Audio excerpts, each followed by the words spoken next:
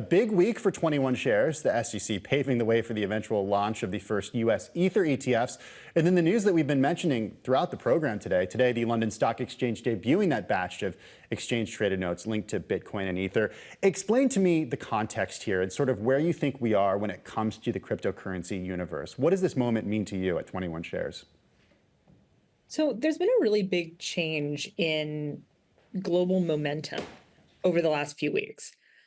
The FCA in the UK moved forward with approving our application for both spot Bitcoin and spot ETH ETPs on the London Stock Exchange last week.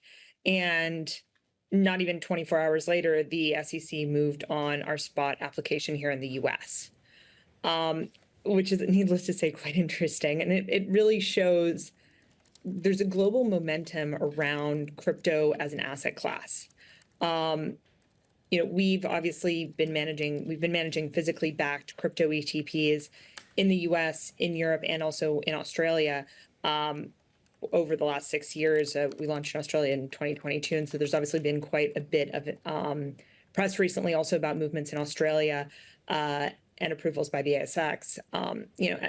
As this type of issuer, we've been the first mover in this category for a long time. And our conviction that crypto is the future remains as true today as it was then. And really, our mission is to build products that would let people like my mom buy crypto, and we haven't really deviated from that at all. And the momentum over the last couple of weeks has been really exciting to see, and it's remarkable to see such consistency across different markets. Well, let's talk about the momentum in the U.S. As we were just discussing with our Emilys, it was quite a reversal that we saw last week when it came to really the temperature around U.S. spot Ether ETFs. And again, it's anyone's guess when we actually will get the full approval and the listing of these products. But from where you sit right now, what's your best estimation of when that might be? It's really hard to say. This is very much a day-by-day, minute-by-minute process, and that's actually quite unique to the U.S. And we typically see when any movement happens in a very public way, and that's completely different than the rest of the world. And it can sometimes give this impression that movement is coming out of nowhere because of just the nature of the way those communications work. But people have been working on, with U.S. regulators for a long time, and I mean, we've certainly been doing that for as long as the company's been alive.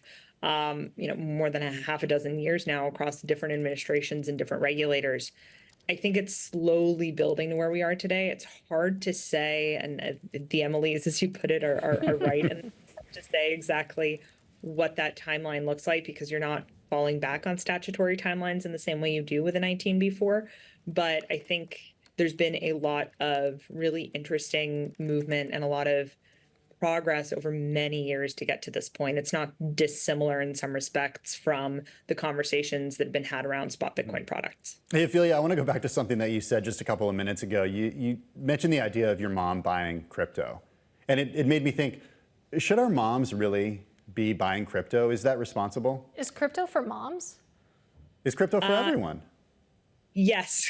Yes, it most certainly is. And I have the interesting honor of having been actually introduced to crypto by my mom. So my mom's the one who actually first talked to me about crypto in 2013. And it's really interesting when you talk to her about why.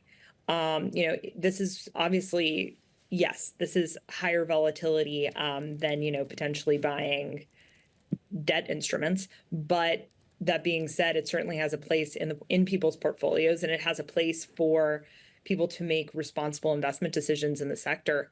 My mom is a great example of that. She actually gave an interview recently talking about how she got into the space for the first time. And it was really fascinating because the promise of technology, especially in the context of like multi-generational planning, in the context of retirement planning, in the context of like the planning of your financial life, is really interesting and really impactful for people.